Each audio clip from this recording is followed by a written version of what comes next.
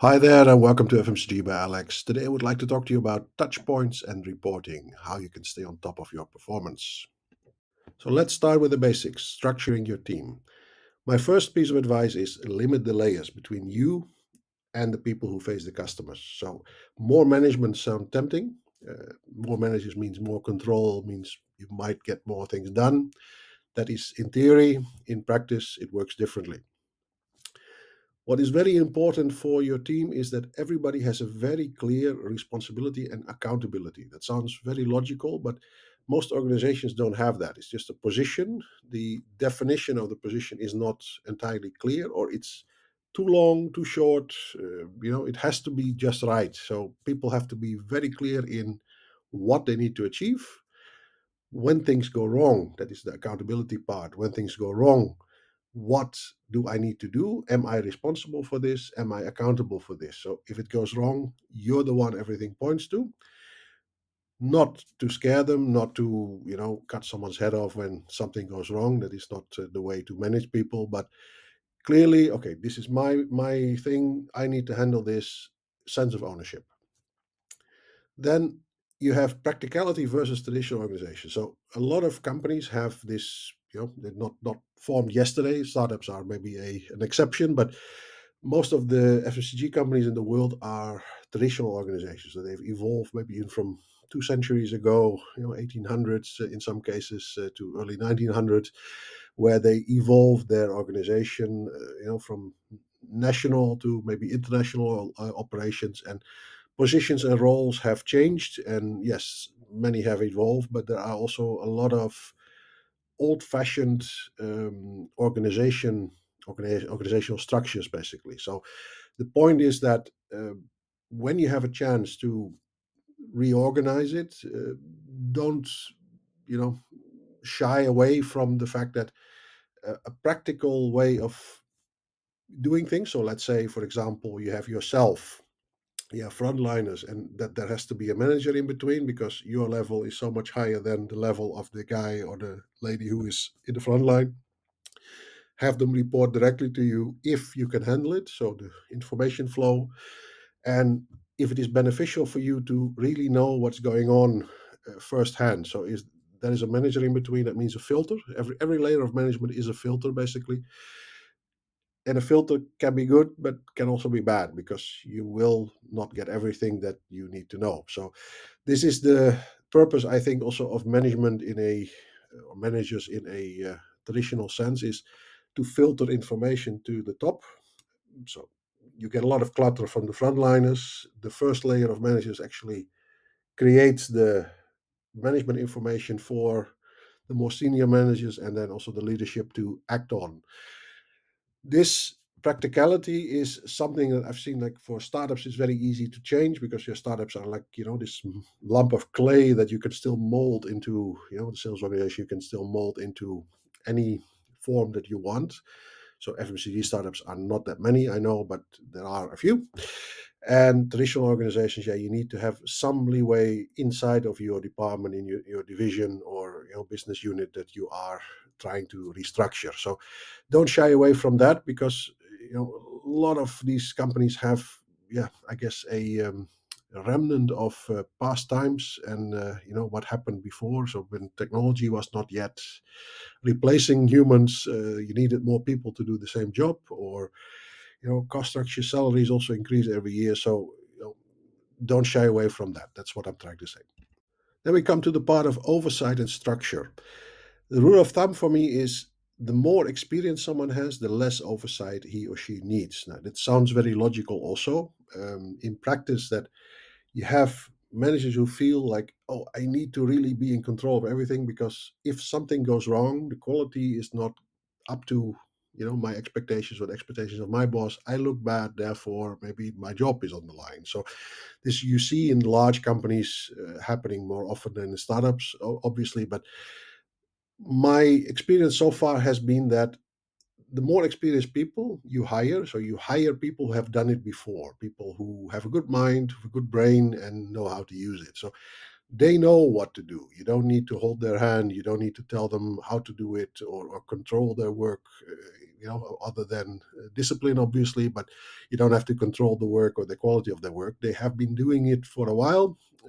Maybe if you hire the right people, they've been doing it well also. This is actually what I try to say here with less of that. But more junior people. So this is the opposite of the spectrum, opposite side of the spectrum, is less experience. Of course, you need more oversight.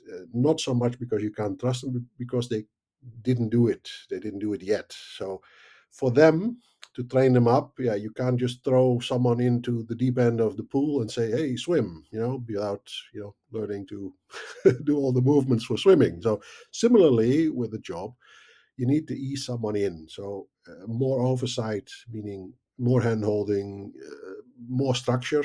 That is actually what people with less experience need until they become more experienced, and then you can let it go. So there is a beautiful saying that says management is like holding a bird. So if you hold a bird in your hand, if you hold it too tight, meaning you overmanage, you micromanage, you crush it, it dies.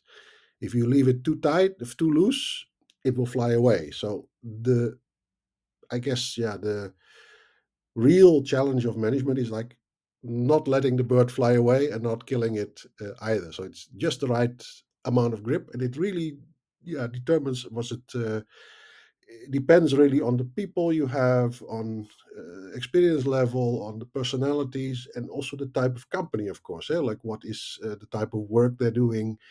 This is, different times also need different measures. So you need to be very flexible. You need to update your method of working yourself constantly.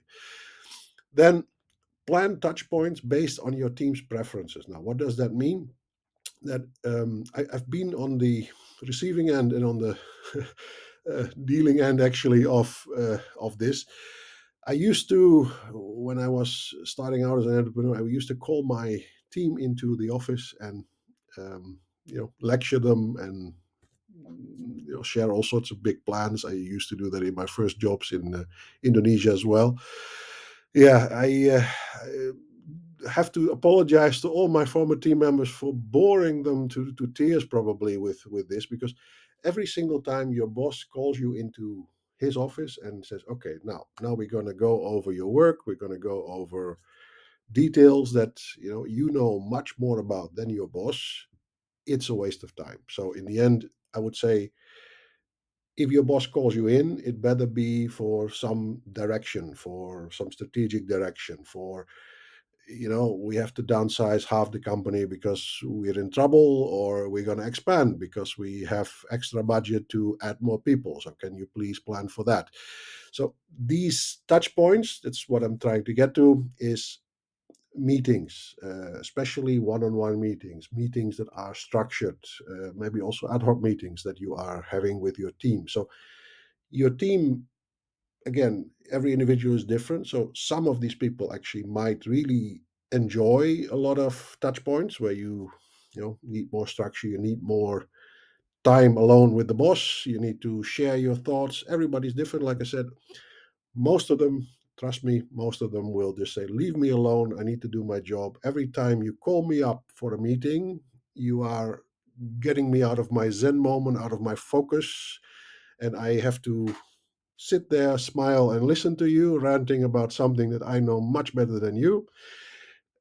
And then you go back to what you were doing and you're out of focus. So this is something that really can, yeah, destroy your credibility as a boss, um, with all the best intentions, because you read a book, you share it. I used to do that also. Every time I read a book, I wanted to share something that I I had learned from that book with my team. I thought that was a very good thing. But yeah, I also see now that that was a bit ridiculous in retrospect. I am young, and you're trying. So that is basically the excuse I have for myself.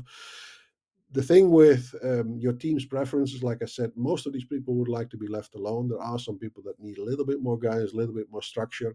So don't overdo it. Again, this is like the bird, not too tight, not too loose. Try and keep it productive and keep it short. So maybe get feedback from your team and saying, look, guys, what do you think? Is this weekly meeting? Is this something we can do bi-weekly? Can we do it monthly? Can we do it, every single time you sit in a room with people from your own company? That means that you're not out there selling the products. You're not out there going after new customers. So every second spent in the office, every minute spent in the office is actually a minute lost. Yeah, so this is like not spent on doing your work. So this is one of the things that you need to keep in mind as a boss. Then I want to emphasize something the great Peter Drucker said once: is let the workers work. Now this is emphasizing what I just said. Is most people know what to do and will do it. The only thing you need to do is once in a while steer them into the right direction or check the quality of their work. Like it's a dipstick moment where you say, okay, is the oil level still enough? Are these guys running? They're running, but are they running in the right direction? Now, that is basically one of those things where you need to have this touch points, and if you can't derive it from all of the reports that they are submitting to you. So let the workers work, because if you suffocate these guys with too much structured and unstructured touch points, meaning meetings, etc., they will simply not have enough time to do their job. They will have, okay, I have had a meeting yesterday about something, and then today I have another meeting why I didn't achieve what I was supposed to do yesterday. So these are the things that you need to keep in mind as a boss and keep in mind as an owner of a company. So as soon as you see this spinning out of control, this is why it's very important to keep a tab on this phenomenon. I guess to yeah for your team. I will go into this in a couple of slides here. Um, to really know what's going on and what are the sentiments, because talent will leave if people feel like, oh my god, I can't do my job here. Yeah, then that is worse than having you know, having no talent in the company, basically. So the talent will be leaving. So what are these touch points I was talking about? Because I can talk about it, but then you're wondering what is it actually. Formal touch points are meetings. So you have like meetings with groups, your entire division, your department, or a team, basically. It can also be one-on-one meeting. One-on-one meetings normally have a bit of a character of, it's a bit of a startup thing, but it's a one-on-one meeting normally also has a bit of a personal touch. That is things that you can actually share that are not purely business. You can also say, hey, my dog died and I'm very sad about it. Now, yeah, then that is something your boss can sympathize with, and can keep in mind that your mental state is maybe not as good as it was before. So that is something that is important to mention. um, then presentations. So normally presentations, like you have annual presentations during sales conferences. You have presentations that can be, also during these meetings where you say, okay, let me see what kind of results I have produced. Let me share that with my boss. Let me share with the team, get some input, that sort of stuff. This is very, very good, but too much, that can really paralyze a company, because there's not enough time to do the things to present, so, or do the things to talk about in meetings. That's what I'm trying to say here. Then you have a lot of informal moments. Maybe that didn't really resonate yet, but if you look at lunch, dinner, travel, any meeting outside of a formal work setting, that is a moment also where you can gauge what's going on in your team, what's going on in the workforce. So what I used to do is, I was working for a big agri-tech startup in Jakarta. I would take every week, I would take on a fixed day, I would take someone from the sales team out for lunch. So we had 150 salespeople. So probably twice a year, they could all have an hour of my time, basically. We would have lunch. I would invite them for lunch. And we would just talk about anything, but getting to know each other. Any ideas you have. Okay, what are the problems in your area, etc., etc. So it has a couple of advantages when you do that. It's one, you really feel, okay, not all the information is useful, but I mean, you get at least an idea of like, what it's like for this guy to or this lady to be, in the front line, to be busy with the company's products, with all the problems they're encountering, all the rejections from customers, etc. So this is a very interesting learning experience you can, make your own. And the other advantage is that they feel like, hey, my boss is caring. So my boss cares about what I do because he is interested in knowing more about me. So this is genuinely also the case, has to be genuine. You can't fake that. You have to really be genuinely interested in them and in what they do and do something with the information. I really had a couple of very good ideas from these guys, and this feedback was absolutely amazing. In some cases, we think, "Hey, we haven't done that or haven't thought about that before." So, guys, if you're watching, thank you. This is one of the things I want to yeah, strongly advise to people to do when you have a team and you have a chance to take them out for lunch, because that is not a moment of boss and employee, or boss and team member, but you are sharing a meal as equals. You are sharing a meal as colleagues, basically. In the end, boss and employee is maybe not the right way to phrase it in the first place, but I mean, people open up and then say, "Oh, it is not that scary. He's actually not going to bite my head off the first thing I say." So that is actually quite, yeah. It's yeah. How you say, is a very enlightening moment for me. So, dinner, other opportunity. Never eat alone. That's probably also one of the things. And travel. So when you are doing, let's say, a market visit, or you're visiting a customer, so you have to go there by car, by plane, etc. These are moments when you have an informal moment to talk to your team. So don't upgrade yourself to first class and let your team sit in economy. No, no, why not share the economy class with them, and you have some time to talk about things. And then mixed, I would say, is events. So that can be a company event, like a Halloween party, or a Christmas party, or whatever party takes your fancy, or corporate events where you really have also external events where you have basically a way to present the company. So you are more or less informal and formal, because usually that's in a moment where it's not office hours. It's not, doesn't feel like work. That's what I'm trying to say. I really also enjoy the events, namely.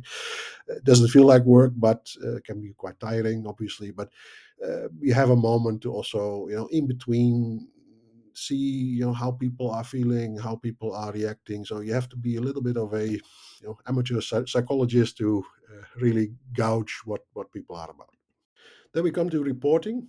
I would like to advise everybody here to use some sort of tool, CRM, contact manager, whatever you call it. Even an Excel sheet to just log whatever you do is probably better than nothing. So how does this work?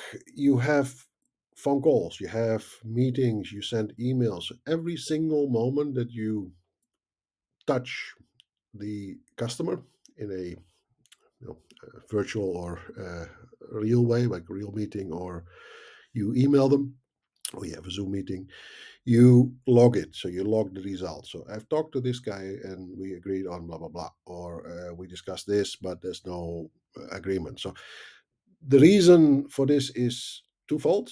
One is you have for yourself, you have a way to remember what you discussed last time. Some people have a good memory. Some people need some help. If you need help, you need to apply tools like this. And the second thing is, like, this is something that I think is very underestimated, very much underestimated in various companies, because your sales team, there's quite a high churn in salespeople. So sales is not the job where people stay in. Okay, I've worked 25 years for the same company, golden watch, etc., etc. So all these things are very rare nowadays, at least. People are, maybe every 6 months, every year, already changing companies, especially in Asia. Europe is still a bit frowned upon for the moment when people are, switching companies very, very quickly. But the issue here is that you need to have for your successor. So let's say you're leaving, the guy or lady who is coming after you, filling your role, okay, where does he or she start? Now, the easiest way would be to read in the contact database, so the contact manager or the CRM, what happened with this customer, what is the latest status, the entire history could be, traced back, so to speak. So it's not just for winning, losing customers, but really contacts. So you log the contacts. This is an ideal thing. Systems are only as good as the people who use them. So when a system is not used properly, it loses its value. So it's also very difficult to get it started. I've tried several times in different companies to ingrain this, but very reluctant adoption, because people see it's, oh my god, it's more work. So, and it is more work, I agree, but later on, you have a way to hand over accounts properly, rather than a bunch of Word documents, or whatever you printed out for the next person, which is usually incomplete or misses all the context, etc. Yeah, that is something I've experienced firsthand, where I didn't know where to start when uh, you know someone handed over to me, and when I handed over to someone else, yeah, I also felt, there should be more to it, where we should have a contact management system. Now, reporting is, in absence of these one-on-one and regular meetings, basically, reporting is, I would say, more for updates. So you have updating is I think what you would do with reports. Okay, what does my boss need to know? You need to filter more or less what he or she needs to know. And the frequency is the key. So if you have people, okay, I need a daily report, I need a weekly report. Is that too much, too little? Is not enough happening in a day, not enough happening in a week, not enough happening in a month? Are there things that are very time sensitive? So all these things play a part in the frequency that you need to determine these reports are due. Not just, oh, it's nice to have, or I've always done it like this. No, it really has to make sense, where, again, let the workers work, where these people are not spending half their time making reports for you, and the other half meeting with you. So that is basically a, yeah, danger, pitfall to fall into if you are taking it to the extreme. Now, then you have the ratio of work versus reports and touch points. So this is the thing that I was just mentioning with this Peter Drucker moment, let the workers work. So there has to be, maybe an 80-20 or 70-30, at the very maximum 70% work, 30% reporting and meetings. So where at least two-thirds of your time can be spent on working. So on doing what you need to do. Especially in sales, very important, because I always say, like, a salesman or a saleswoman who is in the office, sitting there making reports or presentations, is not being productive, because you're not going out there and meeting customers and selling the company's products, basically. So this is one of the things that I need to really emphasize, that we need to have the time to work, versus these reports and touch points. So touch points also cost more time. Like, okay, you need to come into the office for an hour of meetings. Okay, so wherever you are, especially if you're a field salesman, yeah, you need to come in, and travel time, you need to sit there for an hour, and you have the feeling like, oh my god, for what? Yeah. And at the end of the the hour, you have to go back to wherever you came from and continue your work. So this is all lost time, not more than that 1 hour. That 1 hour is actually for the office people who are in headquarters. It seems, okay, I'm stepping into this meeting room, and then I'm stepping into that meeting room. Now, that's a different feeling for the people who are obviously coming from the field. So field salespeople actually need more, you know, yeah, more freedom, I would say, to do their job, and have less of these touch points and more selected times. It has to really be in their drumbeat rather than in your own, so to speak. So keep that in mind when you're the boss. I've also learned the hard way. I've worked in companies where, it was taken to an extreme, where we were meeting now, yeah, quite heavily, maybe also due to the COVID lockdown. That I think the only way that we could meet at that time was during through Google Meet and Zoom, basically, all these video conferencing things. So actually, that was the measurement of productivity. When things opened up again and people could go out, then you need to switch it around again and go into field mode, so to speak. So this is one of the things I also would like to emphasize as well. So I would like to end this with what to discuss and what to report, because that can be a bit of a challenge if you have never thought about it before. They say, okay, I've just followed the reporting structure that my company has always put in place. Like there are historical, except for startups, obviously, historical reporting lines, reports that are made and maybe not always utilized. So what I would like to stress here is that avoid micromanaging at all costs. So you have smart people; they know what to do, how to do it. If you have less experienced people, they need a little bit more handholding. Make sure though that the quality is always up to par. So you have to have this dipstick moment where when I say this, I'm not undoing the fact that I'm saying avoid micromanagement, but I mean the dipstick moment means if you see something spiraling out of control, then that is the moment to step in and say, okay, now I need to tighten the grip around the bird again and hold it a bit tighter. But micromanaging is both for you and for your team waste of time, and for your team highly annoying. That is why people quit their boss. People don't quit their job, they quit their boss. That is what it says. If you are a micromanager, try and control your urge not to do that. So you know is this sensible? Things that I tell them, do they know that already? Being told what to do when you already know what to do is the most annoying thing in the world. So this is one of the things that you need to avoid at all costs when you are the boss. So then workload defines the joy in filling a role. So if you have too much on your plate, meaning not enough hours in a day to do the things you need to do, that can be a drain on your energy, meaning a drain on the joy you find in a role. So normally, depending also a bit on the culture, obviously, but let's say your work is one of the things where people say, okay, money is very important. So, okay, I'm only here for the money. I'm only seeing it as a job. I'm only taking a salary every month and I'm doing it. Thanks, Commander. I follow your orders to the letter. And for the rest, I'm going home and then dropping everything at 5 o'clock, and that's it.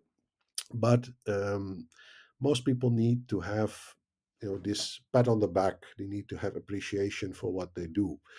And for a boss, it can be very difficult to estimate like how much work is something actually for the people I ask it from. So I've been again on the receiving end and on the giving end for both of this. So I know how it feels, and I know, again, sorry guys if you're watching, that sometimes you think, oh, just make a report like that, or oh, just do this, and oh, why haven't you done that yet? It's already this time. So sometimes when you haven't done things yourself, or haven't done it for a long time, maybe in the past you did, then you forget how long something takes. And that's why it's very important when you dish out a task. Yes, okay, can you do this by Friday? I need this.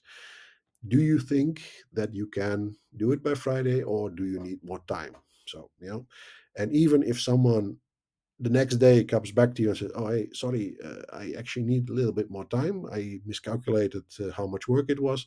Just be very understanding. That is what I'm trying to say here. So, there are time sensitive things that you really need by Friday, obviously, but then maybe you need to add more people to the task, or give it to someone else who, is free and can do it. Now, that's one of the things that I would like to emphasize here, because you destroy good people, or destroy the joy of good people in their job. And on one hand, like I said, the salary is very important. You know the the entire company, the entire experience, the all the things that you enjoy in a company, basically. But the most important thing is some appreciation from your boss, some appreciation from the company, that they appreciate you're there, that they value your job, they value your work, etc. So all these things are, things that I would like to emphasize to anyone who is watching and has any influence on it.